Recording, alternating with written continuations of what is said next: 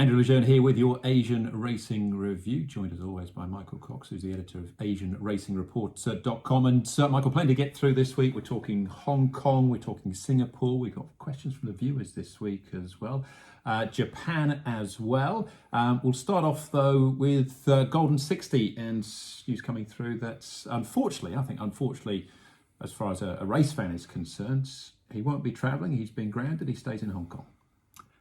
Yeah, yet again, a Hong Kong champion stays on home turf and races around the same flat piece of turf there in Hong Kong. Same right-hand turn, much the same opponents most of the time. Look, it's disappointing. The previous champion of Hong Kong, Beauty Generation, didn't leave Hong Kong once he got there. He was a PP import. Golden 60's never raced anywhere else. It's disappointing. And why it's disappointing, and you know, as a racing journalist, we should be impartial, and we're not meant to be fans, but there's a bit of a fan in all of us. It's why we, you know, get drawn to the sport to start with. And I think, and also from a storytelling perspective, and for someone who loves Hong Kong racing, I really wanted this horse to travel to Japan because I think he's the best horse in Hong Kong racing history. But when people ask me in future, when we travel around and when we write about other jurisdictions, well, how good was Golden 60? How would he compare to some of Australia's best horses from the last decade or two? How would he compare to some of the Northern Hemisphere's best? How would he compare to the best in Japan? Or some of the horses that have travelled? Well, the answer will be, I don't know. I'm not sure how good he was.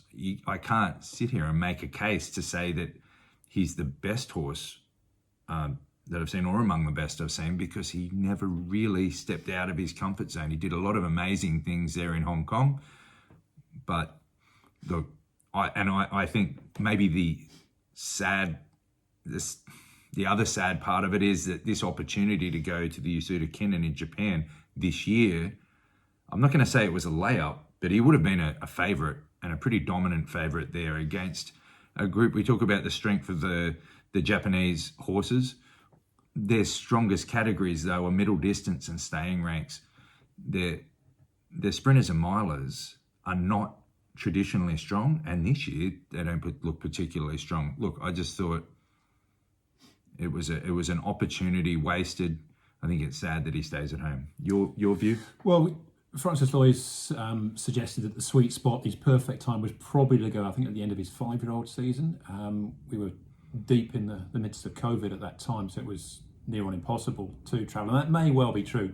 Francis obviously knows the horse a lot better than me, but he was still in really good form last year. He's still in really good form this year. Vincent Ho's been quite vocal, and again, he knows the horse better than I do about travelling and how good it would be, not just for, as you talked, reputation, but for the horse as well. He thinks he'd really enjoy it. So, yeah, and I think at the end of the day, as a race fan, just disappointed we won't get to see him because you know, great to see him winning in Hong Kong as he has, but a real shame you won't get it, whether it's Japan or whether it was Europe, whatever it might have been, or Dubai.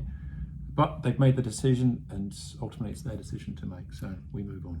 I think so. And look, the other part that would have been great to see, just for world racing and for what the Hong Kong Jockey Club and for Japan have done to sort of join the world of horse racing over the last couple of decades, but what also Golden 60 would have done, not just for his own legacy, but the legacy of those before him. It would have enhanced Beauty Generation's legacy and how he's seen in the eyes of the world. Well, if Golden 60 could do this, then maybe it casts a better light on him. And then before that, Abel Friend, who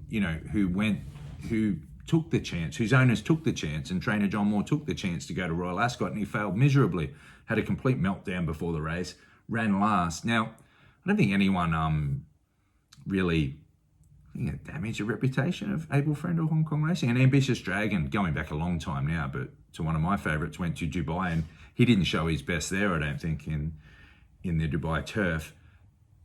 It maybe would have elevated all of Hong Kong racing up, just to put a stamp on it and say, no, this has been a really great era of Hong Kong racing, and Hong Kong racing has improved, but we'll never know. No. All right, well, we'll come back to Japan in a moment, because we've got some giveaways actually this week, and it's a big meeting coming up this weekend. But viewers edition in some respects, we've got some questions that have come in as well, and feel free, you can post comments underneath each piece. But from Pompey Ruler, good horse in his day. The all-weather at Sha Tin. Why is it called the all-weather? And they're Pompey Ruler's words, not mine. They said after the rain and heavy rain that it can sometimes, I think diabolical is the word that he uses here. Yeah, and just a reminder to our readers, like in Pompey Ruler, if that's, did Mick Price train Pompey Ruler? I don't know if it's Mick Price under a pen name. Just like, we won't be reading out defamatory sort of comments or anything that would get anyone in trouble, but we do encourage you to visit all of our social channels and our YouTube channel. Like and subscribe, as they say in the classics, but get on there and give us some questions. Now, why is the all-weather track at Sha Tin called the all-weather track when, like, it doesn't seem to play very evenly when it does rain? And that's because it's misnamed. It shouldn't be called the all-weather track at all. It was, when it was put in and raced on, they had the bright idea to call it the all-weather track when it isn't a traditional all-weather surface like you would see at some of the race courses in England that some of our English viewers might know of. What's an all-weather track in England? Well, again, but it's just a generic term, I think, in the sense that it's, you can race on, in theory, you can race on it in all weather. It's not to say some all-weather tracks, some of the weather, you still lose meetings. So it's quite a loose term, I think. It is a loose term, but it would usually signify something, some sort of synthetic surface, right? Yeah. So why it's misnamed is because the all-weather track at Sha Tin is just a dirt track, just like in California. In fact, it's very similar in profile and makeup to the Santa Anita dirt course. And the dirt course is predominantly used in California, and the track man there, the dirt track man there at Sha Tin, long-standing custodian of the all-weather track, Jim Howard. He's a great servant of the Hong Kong Jockey Club, and he does a great job keeping that track in good order. So basically, when you're looking at these races from outside, doing form, it's a dirt track. It's like an American dirt track, and it races like one.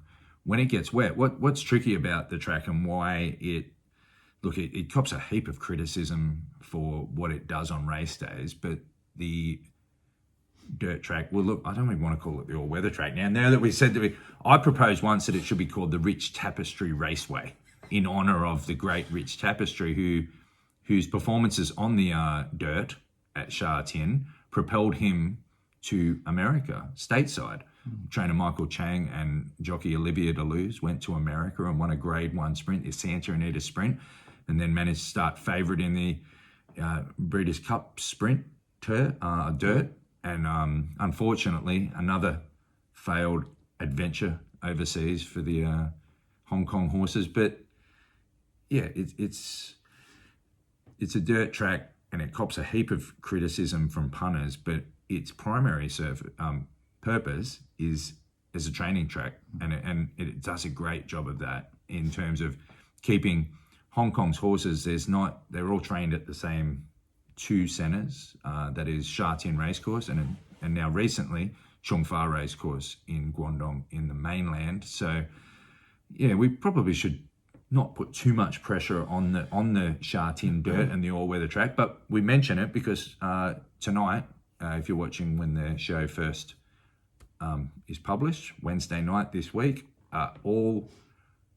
all-weather track card at Sha Tin Racecourse. And just might be time to mention that if you sign in to Asian Racing Report, you can receive a full Sha Tin report. That'll be before every meeting. We'll be putting out a pretty detailed analysis of the race card, selections, sort of some market analysis, statistics and trends ahead of each meeting. So go to asianracingreport.com, sign up, and you can be one of the first to read that each week. I will say this as well, that the weather in Hong Kong can be extreme in terms of the heat, the humidity, the rain that it receives. So I think the tracks team, having seen the work they do firsthand, from top right down to the bottom, that everyone involved, not only with the dirt surface, but also the turf tracks as well, do a fantastic job. So we'll move on from that. The other question you had, though, is who is the next big thing as far as the trainers' ranks are concerned? Well, the obvious answer early in the season was local trainer Pierre Ung, who really came out of the blocks fast and drew a lot of praise, and rightly so. He's had a great first season. Look, he it wasn't unexpected though. Pierre had been assistant to Paul O'Sullivan and had, helped guide the career of Aero Velocity. And then he was with Francis Loy, worked with Golden 60.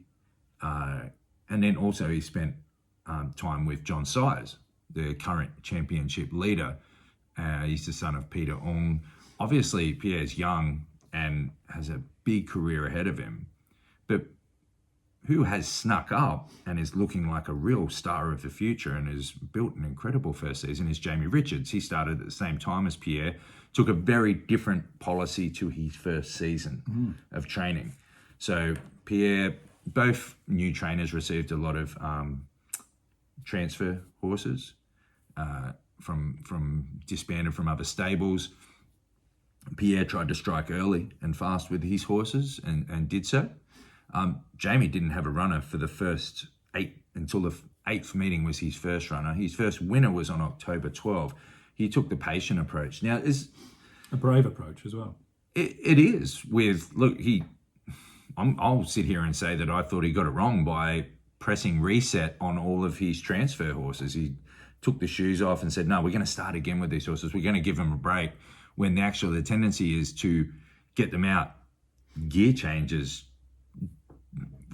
dial them right up, get them as fit as possible and strike as early as you can in the hope that they're somehow under their ratings point, or a change in environment's going to get that improvement out of them and try to get some wins early. But Jamie Richards took a really patient approach. Yes, you're right.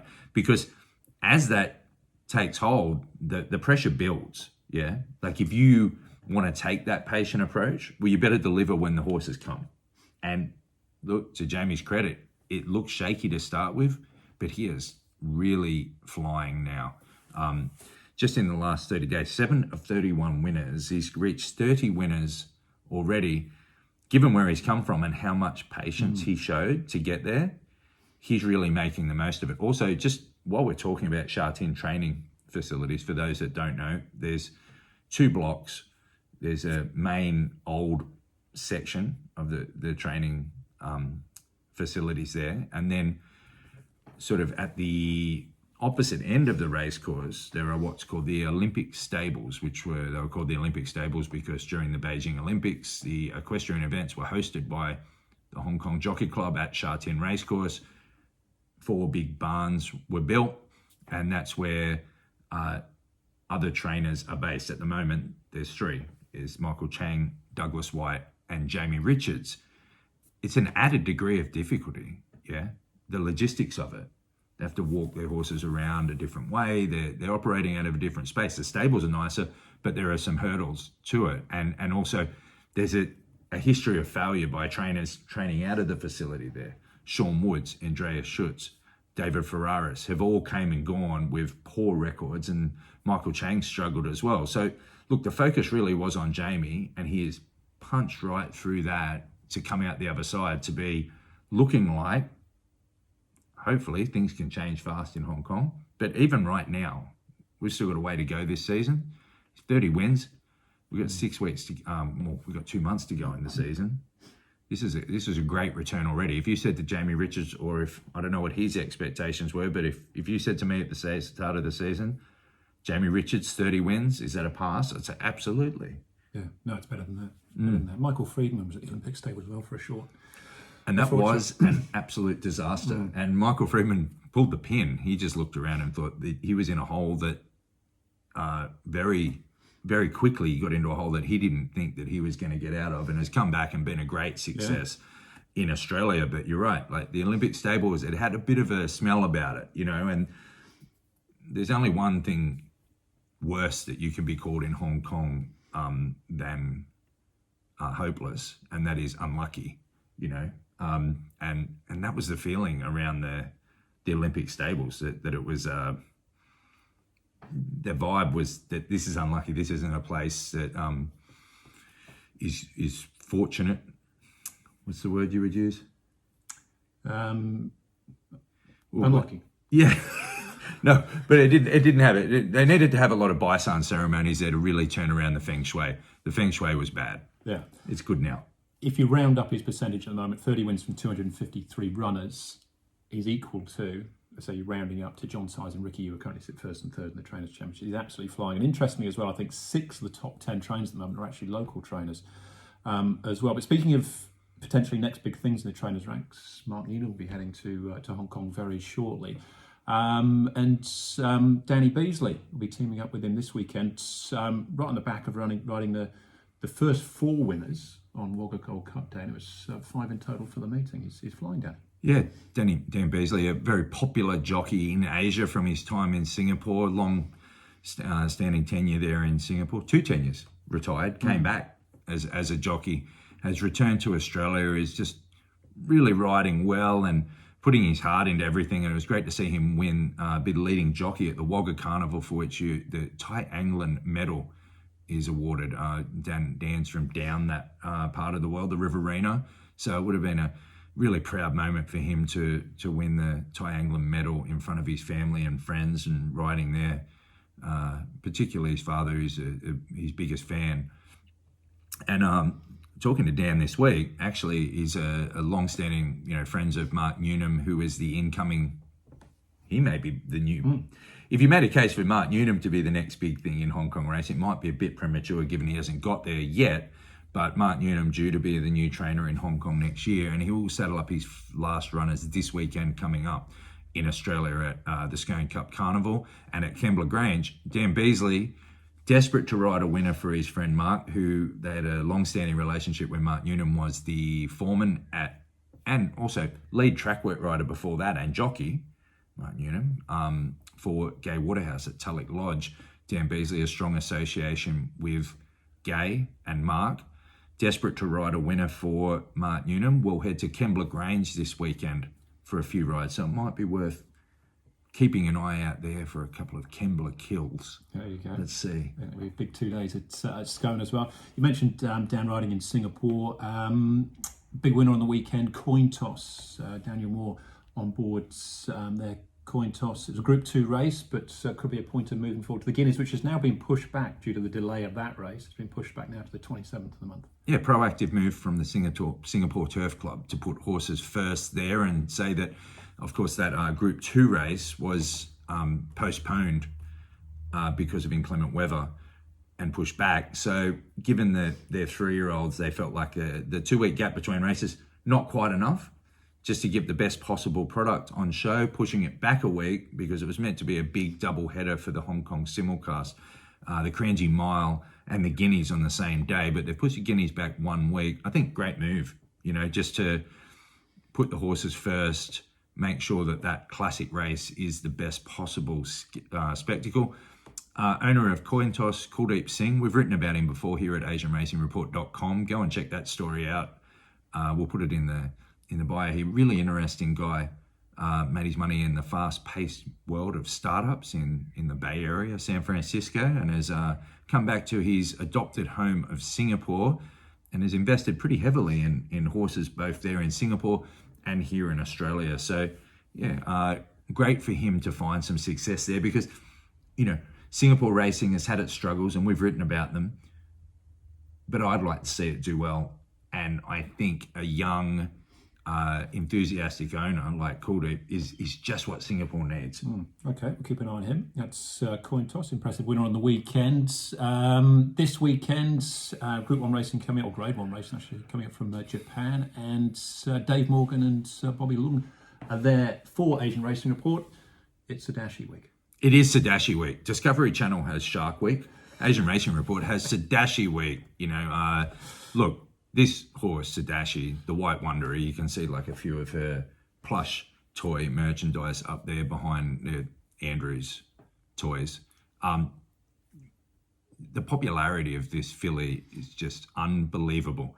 Every time we post about it, write about her, and Damien Lane will ride her in the Victoria Mile this Sunday, which is a huge boost for Damien's profile. He's already doing great things in Japan, but to be on this filly. Now, in honour of Sodashi's return to the racetrack in 2023 and a second straight Victoria Mile, we're running a social media giveaway.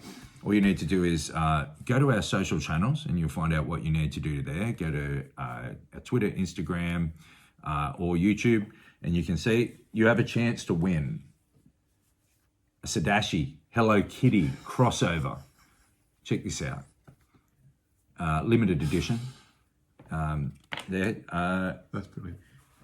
And then we've got a Sodashi coffee cup and Are these individual prizes or one person? No, it's what we're calling a mega Sodashi swag bag. Right. Okay. Yeah.